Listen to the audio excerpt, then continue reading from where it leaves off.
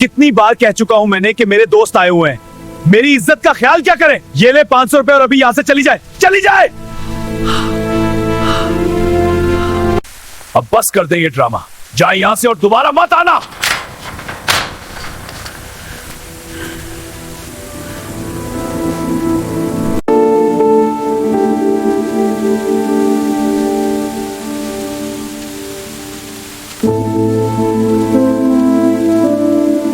रात का अंधेरा गहरा और सन्नाटा छाया हुआ है।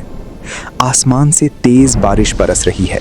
बिजली की कड़क के साथ तेज हवाएं चल रही हैं। एक बूढ़ी औरत, जीनत बेगम, जिसकी उम्र 60 के करीब है, फटी हुई पुरानी चादर को अपने कमजोर जिस्म पर लपेटे हुए एक बड़े, शानदार और रोशन बंगले के गेट के सामने खड़ी है। वो ठंड से थर-थर कांप रही है। उसके पांव कीचड़ में धंसे हुए हैं और चेहरे पर बरसों की थकन और गम की लकीरें वाज़ेह हैं।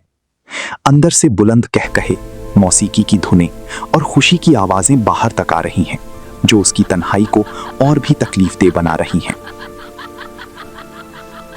दुनिया का सबसे भारी बोझ वो होता है जो एक माँ अपने दिल पर उठाकर सारी जिंदगी फिरती है, और दुनिया का सबसे सस्ता खून वो है जो औलाद की कामयाबी के आगे सफेद हो जाता है। आज की ये दिल दहला देने वाली कहानी एक ऐसी ही माँ की है जिसने अपना सब कुछ, अपनी नींद, अपनी सेहत, अपनी खुशियां, हत्ता कि अपनी सांसों तक कुर्बान कर दी, मगर सब्र का दामन कभी नहीं छोड़ा। असलम 30 से 35 साल का, महंगा सूट पहने, चमकती घड़ी और जूतों में बाहर निकलता है। उसका चेहरा गुस्से और शर्म के मिले जुले जज्बात से सुर्ख है। वो अपनी बूढ़ी मां को देखकर तेज और बेरहम लहजे में कहता है, आप फिर यहां आ गई? कितनी बार कह चुका हूं मैंने कि मेरे दोस्त आए हुए हैं, मेरी इज्जत का ख्याल किया करें। ये ले 500 रुपए और अभी फौरन यहां से चली जाएं, दोबारा कभी मत आना। जीनत बेगम की आंखों में आंसुओं का सैलाब उमड़ आता है।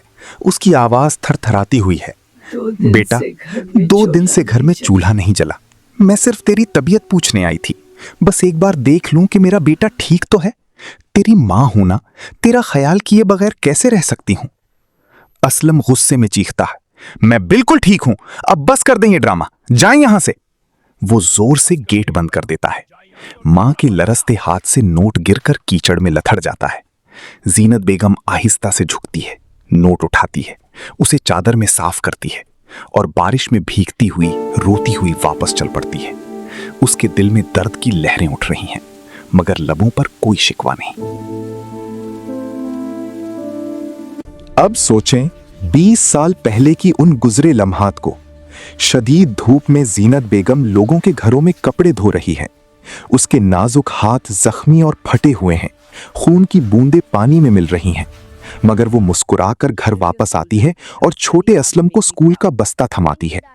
बेटा, जल्दी करो, आज तुम्हारा टेस्ट है ना। अल्लाह तुम्हें बहुत बड़ा बना दे, मेरी दुआएं तुम्हारे साथ हैं। छोटा असलम मासूमियत से पूछता है, अम्मा, आपके हाथ क्यों इतने जख्मी हैं? दर्द तो नहीं हो रहा? माँ आंसू छुपाकर मुस्कुराती है, कोई बात नहीं मेरे लाल, ये तो बस माँ की मोहब्बत के निशान हैं। तुम बस पढ़ लो, बड़ा आदमी बन जाओ, माँ के लिए बस यही काफी है।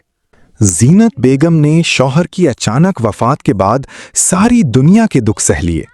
दिन रात लोगों के घरों में झाड़ू पोछा, भूखे प्यासे रहकर भी अपने बेटे को शहर के बेहतरीन स्कूल में दाखिल करवाया। अपनी सोने की बालें, अपनी आखिरी यादगार तक बेच दी ताकि असलम की फीस अदा हो सके। रात को जब बेटा सो जाता तो वो खामोशी से रोती और अल्लाह से दुआ मांगती, ऐ रब, मेरे बेटे को कामयाब कर दे, उसे दुनिया की हर खुशी दे दे। अब वापस हाल की तरफ। असलम अपने लग्जरी बंगले में बीवी और बच्चों के साथ खुशो खुर्रम जिंदगी गुजार रहा है, मगर उसकी मां को घर के पीछे एक पुराने, अंधेरे, नम वाले स्टोर रूम में जगह दे दी गई है, जहां ना रोशनी अच्छी है ना हवा आती है। एक दिन असलम की बीवी चिड़चिड़ाते हुए कहती है, असलम, तुम्हारी मां की खांसी की आवाज से बच्चों की नींद उड़ रही है। उन्हें कहो कि रात को बाहर ना निकलें और दिन में भी ज्यादा सामने ना आए। बुढ़ापे की बू और खांसी हमें तंग कर रही है।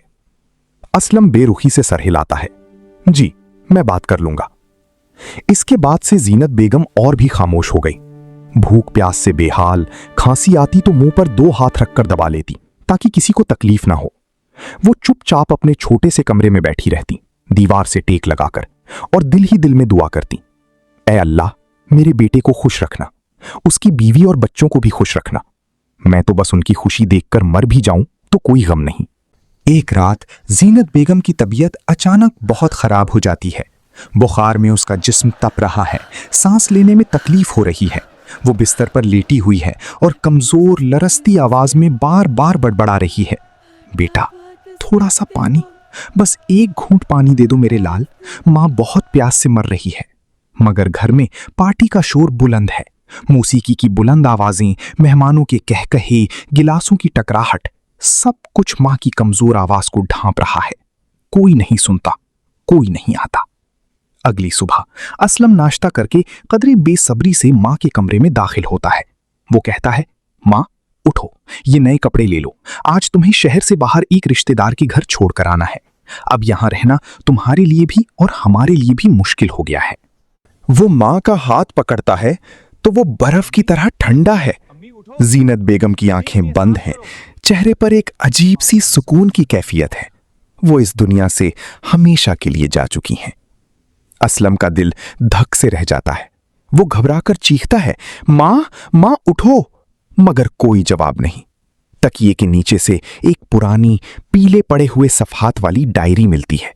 असलम के हाथ कांप रहे हैं। वो डायरी खोलता है। अंदर कुछ पुराने नोट्स, चंद पुरानी तस्वीरें और एक खत है जिस पर मां के लरसते हाथों से लिखा हुआ है।